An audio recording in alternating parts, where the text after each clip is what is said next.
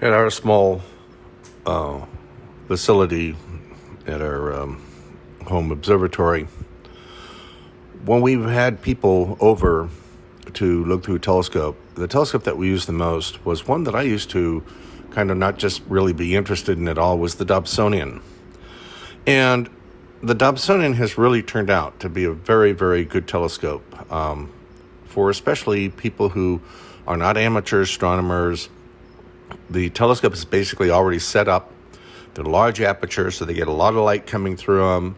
You can use a variety of eyepieces talk. You don't have to fool around with the drive, and even though you can get a drive for them. You don't have to fool around with a whole lot of stuff like you do with other telescopes. And, I've had the other ones, and I just sold a large 6-inch refractor. I've been dealing with large aperture refractors, I think, for almost 30 years. I think the first one I bought in, I think it was like in 1990, I fabricated one. But that's how long that's been going on.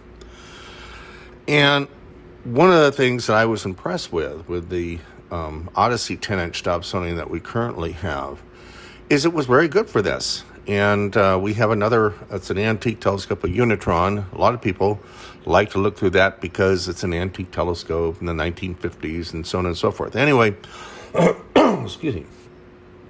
What I want to get down to here is we are beginning a project that we desire, and this is our goal, okay? I'm not saying we're going to get this. I'm not going to even say that we're going to be able to have these specifications.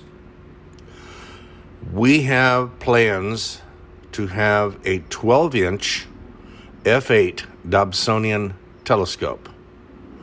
And using the Dakin Barlow, the Ralph Dakin Barlow, will give us the magnification roughly to f16, which makes it not only good for deep sky, but for some general planetary observations, so that when you do have people who, guess over, they can really see a nice, interesting image of the moon or Jupiter.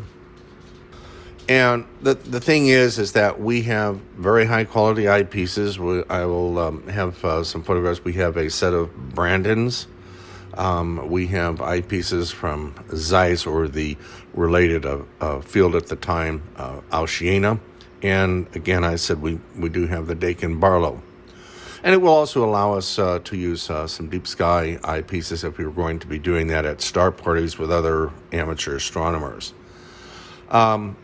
We are calling it the Montalvo in honor of a very well-known Southern Californian amateur planetary astronomer, Alberto Montalvo of Burbank, California. I had the pleasure of knowing him through the late 80s, early 90s, and he had built some of the finest home-built telescopes for lunar and planetary observations that were reflectors. They weren't large aperture refractors, and they were very, very good and very high quality. And Mr. Montalvo taught me many things. So that's why we are basically dedicating this telescope to him. And again, that's like 30-some years ago. I know that he was somewhat elderly then. So again, I don't want to say anything because I haven't seen him in 30 years. But anyway, in his honor, and I'll have a picture in the clip too of Alberto, one that I had taken. So anyway, let's see where we are on the time. We're coming up there. So I think I've told a lot. This is the diagram. This is what we have planned. Most of the Dobsonians that I've seen have been like, F6 or F10. Hopefully, we'll find an F8. At one time, if I remember correctly, I'll have to go through the back literature. There were F8s out there. So essentially, this is the goal. What you desire and what you end up with are usually two entirely different things. And so I will be posting the information about the eyepieces and accessories that we'll be using. So with that being said, we will see you in the next clip.